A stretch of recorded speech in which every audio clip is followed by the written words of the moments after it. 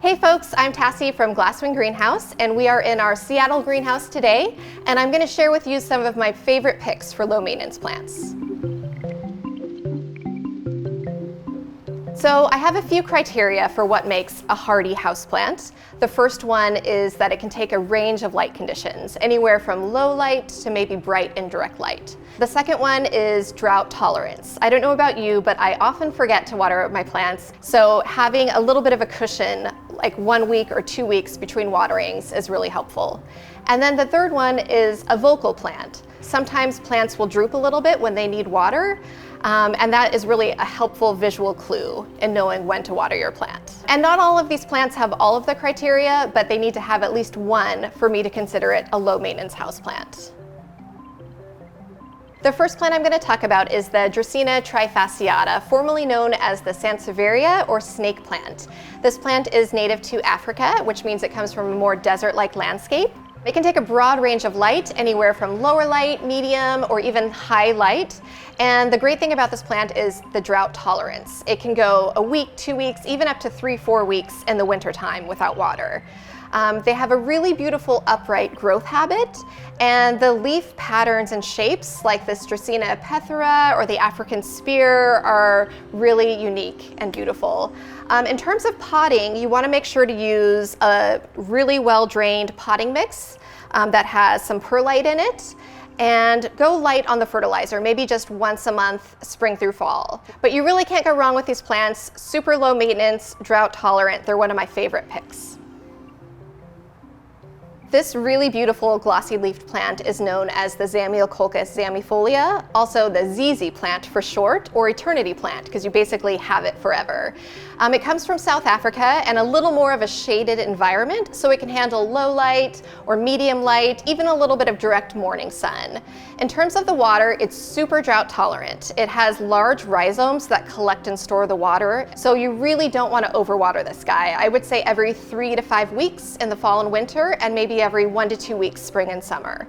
In terms of the general shape of it, it's going to grow more upright, and it's a slow grower, so don't over fertilize it. I would say cut your fertilizer by half and fertilize it when it's actively growing spring through fall, and yeah, you'll have this plant forever. This large and lush plant is a Spathiphyllum or peace lily, and it's native to South Africa, which is a little more of a tropical environment, so a higher humidity, kind of more of a low to medium light. And in terms of watering, this is one of the most vocal plants. It gets very droopy if it needs water. If you give it a thorough watering, it'll perk back up in a day or so it will really give you those visual cues when it needs water.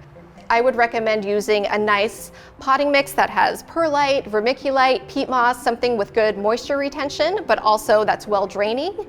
And fertilizer, it's a heavy feeder, especially when it's flowering, so just use an all-purpose fertilizer maybe once or twice a month, spring through fall. I really love this variety because it can grow so large and lush. Some varieties can get up to 4 feet high, so it's a really beautiful addition to the interior of a home. This plant is called a Scindapsus pictus, or a silver splash pothos, and it's native to Asia, so it comes from a more humid environment. It's ideal for a bathroom if you have a window in your bathroom. In terms of light, it can really take a broad range of light, but it's known for its ability to handle a lower light environment. In terms of watering, you want to let the soil dry down about 25% between waterings. If you do have it in higher light though, increase the watering just a little bit. And one of the great things about these plants is the trailing growth habit of it. So they're really ideal for up on a bookshelf or in a hanging planter. And they also propagate really easily. You can just take a stem cutting and put a couple of the nodes in water, and they usually grow roots in a couple weeks. These guys are Hoya plants, also known as wax plants. They are native to Asia, so it's a little more of a humid environment. They can really take a broad range of light, but some direct sun is beneficial, especially if you want them to flower. Because they're a succulent, you don't really need to water them too often, and you can allow the soil to dry down about 25% between waterings. The soil medium should be really lightweight and airy. Some of them are actually epiphytes in their natural environment, which means they grow on the sides of trees. So you can mount them to wood using sphagnum moss. And that's the great thing about these plants is there's so many different growth habits. You can have upright climbing plants, you can have trailing varieties, even these cute little tabletop plants like the heart or the Hindu rope make them a really interesting, unique plant for indoors. To leave you guys with some general care tips, you want to fertilize once a month, spring through fall, when the plant is actively growing. And keep in mind that seasonal changes are going to have a big impact on your watering schedule. You're going to water more spring through summer and less often in the fall and winter when the plant's in dormancy.